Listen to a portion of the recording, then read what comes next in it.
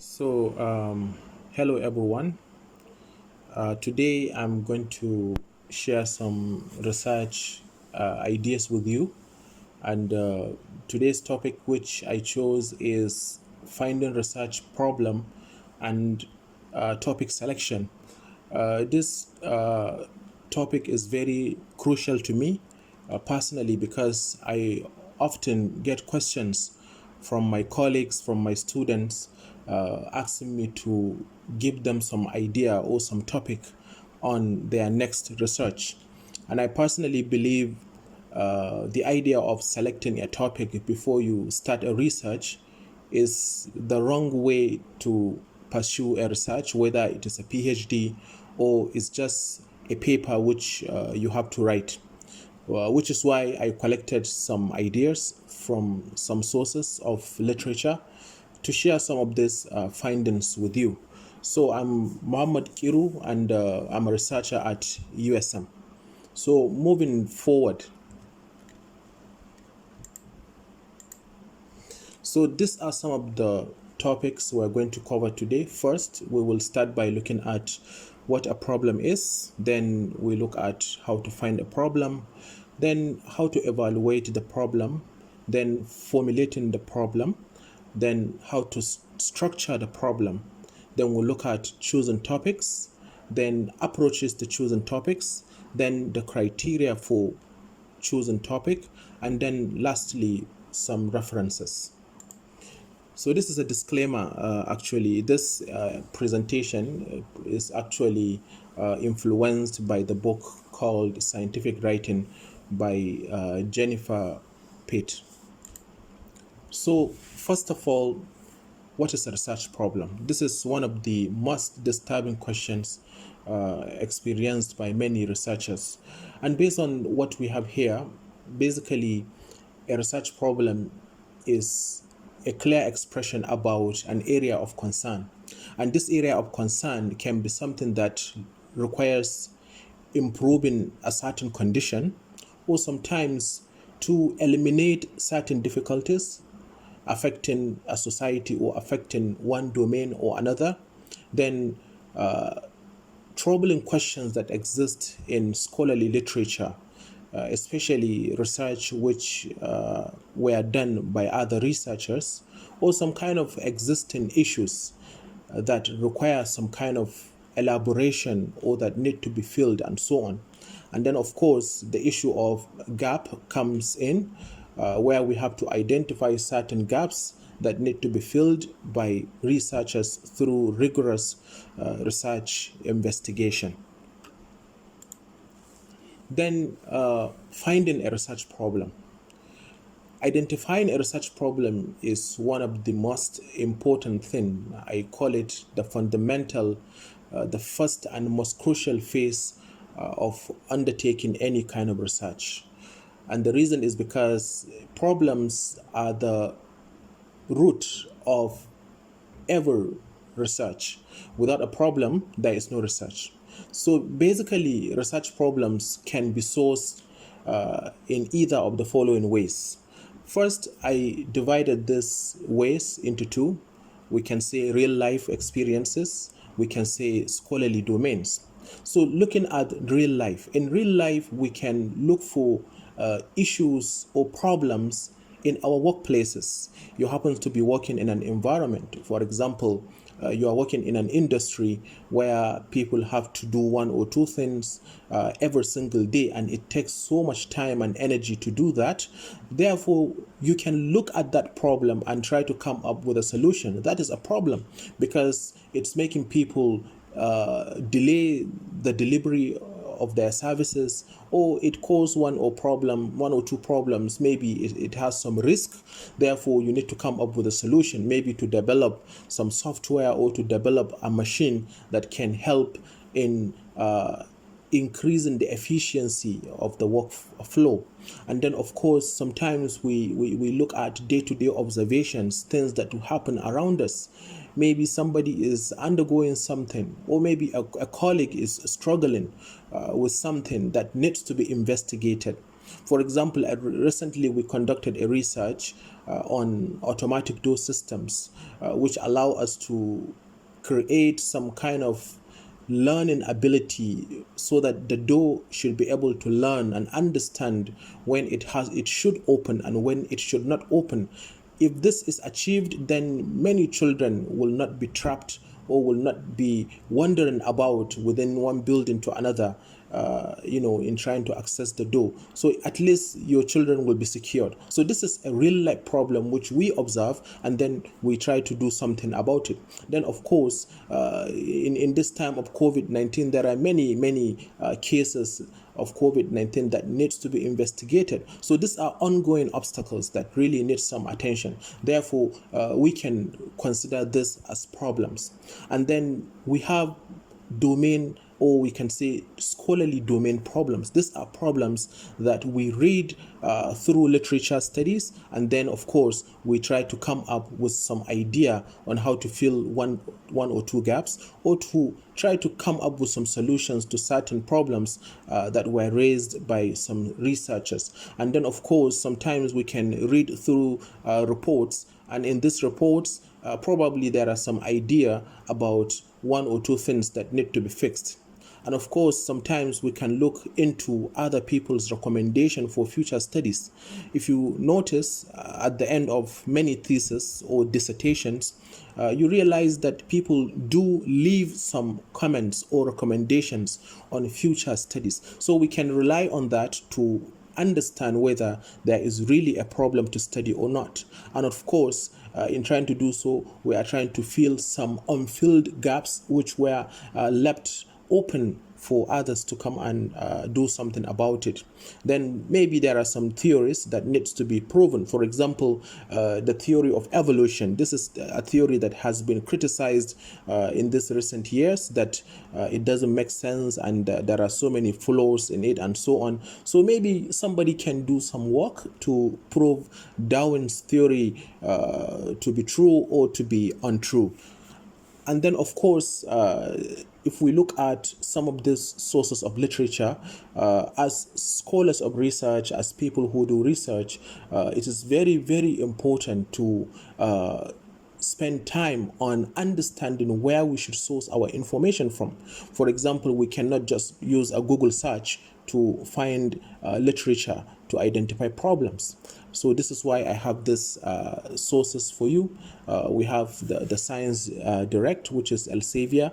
It's a very, very powerful reservoir of knowledge where you can find a lot of information, a lot of papers, conference papers, articles, publications, many of them. And then, of course, the famous Google Scholar, ProQuest is also there. It can help you with a lot of theses published by many universities around the world, and so on and so forth. So it's good that you identify authentic sources before pursuing any kind of research, because these are sources that have been authenticated by scholars, by professors, by experts in the fields. Therefore, there is no, the window for error or the window for mistakes is very, very little. Of course, at times we can find one or two issues in some journals, but still it doesn't invalidate the rest of them. Now, moving forward, I want to discuss research gaps process. And as we all know, research gap is a research question which has not been addressed properly, or has not been properly understood, and so on. So this is a research gap, and it needs somebody. It requires somebody to work on it, or somebody to fill it.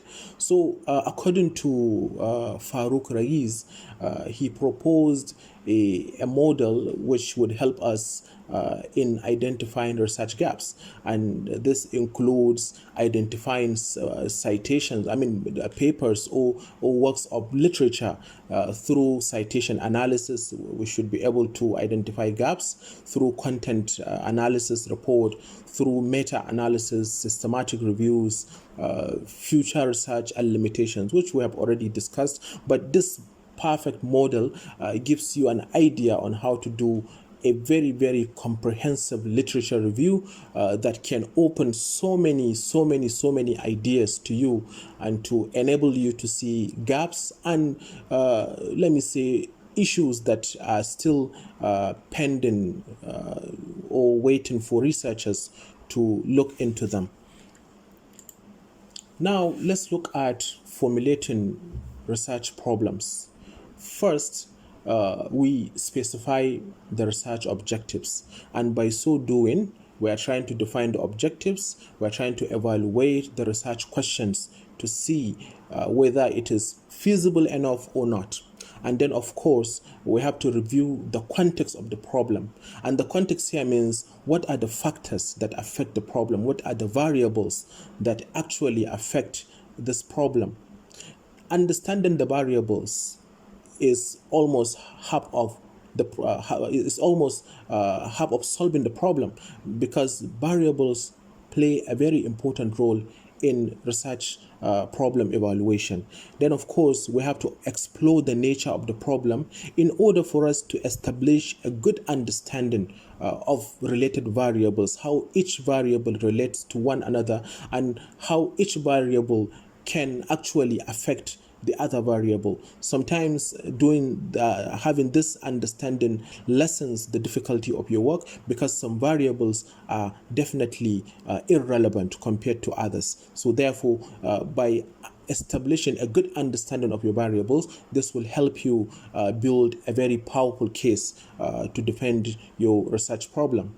And then, of course, we have to define the variables relationship, how they are related to each other, what will happen if they coexist, and what is the correlation between each variable. And then lastly, we have to determine the course of action, what to do, how to do it, and how to solve the problem. This is very, very important, because without a good methodology or without understanding your research process, it will be very, very difficult for you to solve your research problem. Now, let's look at what I call problem structure. So these are some important questions that really every research should be able to answer.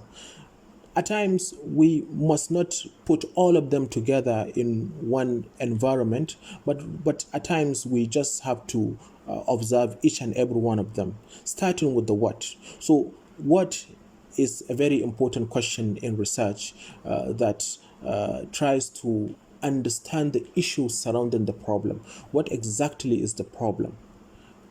How is the problem viewed by others? Is this really a problem? What makes it a problem? Then, who is affected by this problem? Is it the people? Is it the environment? Is it some plants in a forest? Or is it some industry? So it could be anybody. And where is affected by this problem? Where can be a geographical location? It could be it could be an environment. It could be a place, it could be a school, it could be a small village, it could be anything. And then, of course, when exactly this problem becomes a problem, is there any historical data proving that this problem existed in the past, or what exactly is the current situation of the problem? And of course, the why. Why is the solution needed? Why do we have to solve this problem? Is solving this problem any important, or is just a waste of time? Because some research problems are not worthy of investigation, especially if they have to be sponsored by organizations or by some university grant and so on. And then lastly, the most important question, or if not the most important, but one of the most important question, is the how. How do we intend to solve the problem? What methodology are we going to apply in solving the problem? All this need to be added up together in order to build a strong research problem. And then this is a little pyramid, although it goes down instead of up. So this pyramid gives us a structure of how we should establish or how we should define or state our problem. So basically, many experts of research believe that when trying to establish or when trying to define your research problem, there is a flow or there is a structure we have to observe or we have to stick to.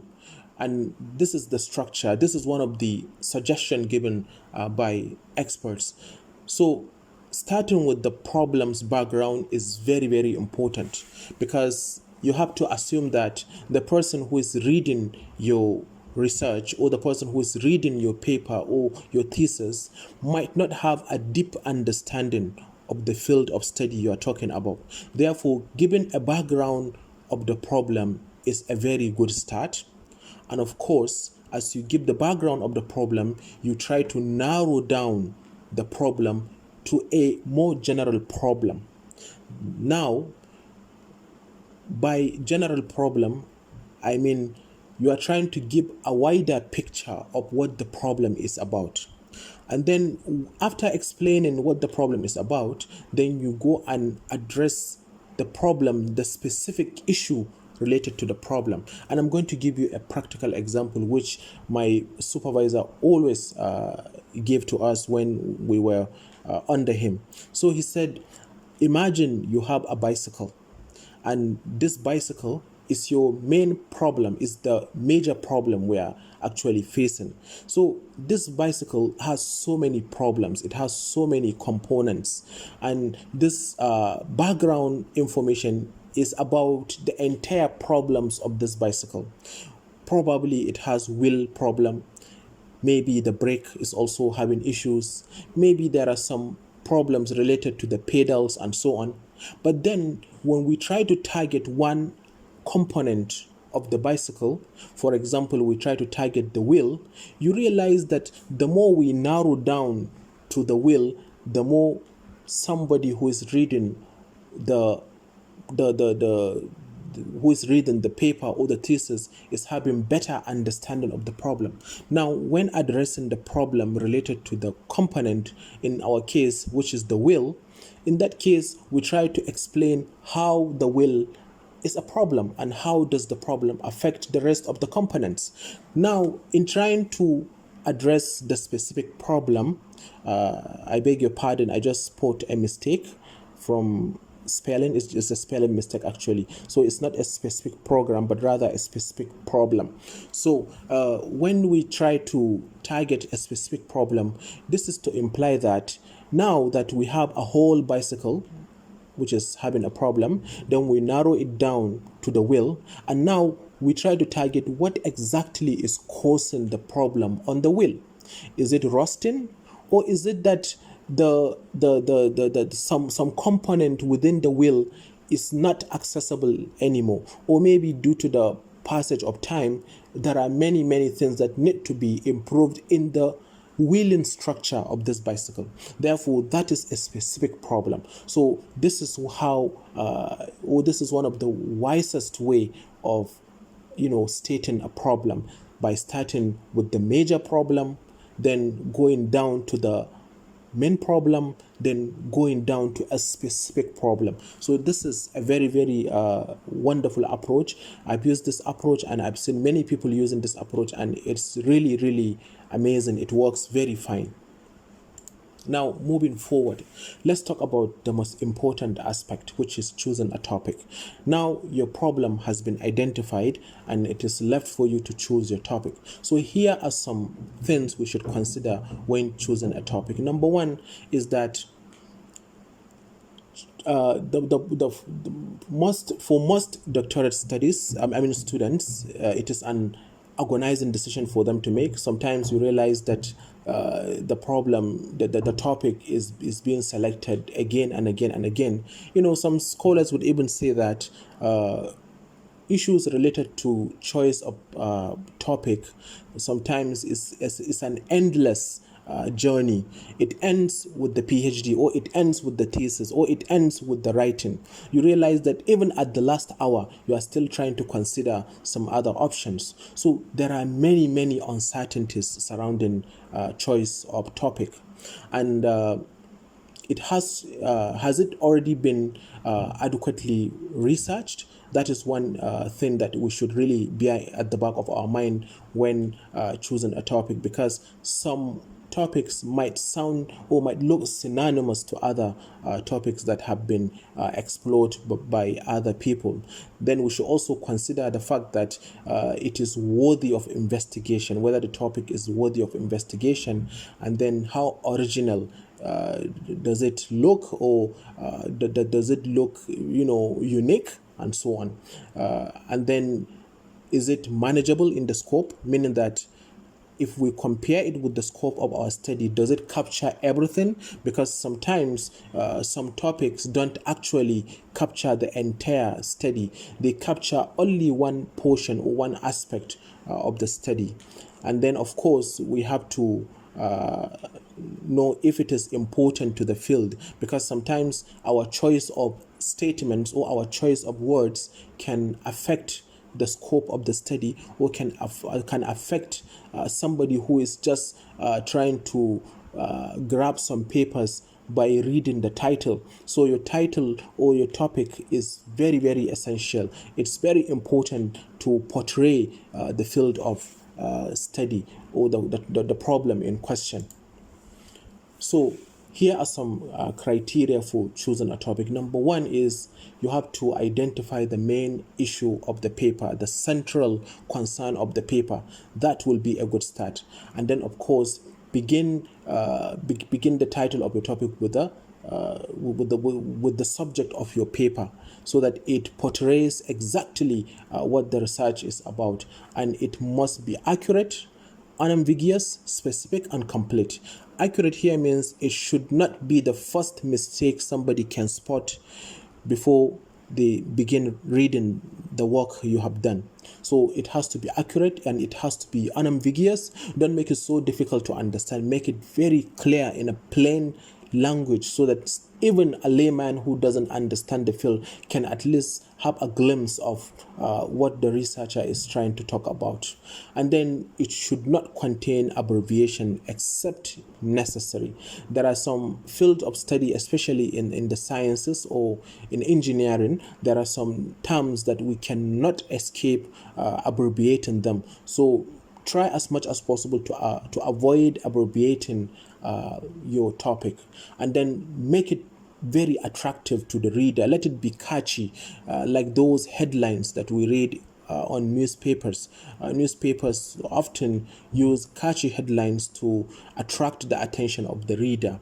And then, of course, it should not be crowded. If you read some rules and regulations in some journals, you realize that they limit the number of words we should use in writing our topic or title.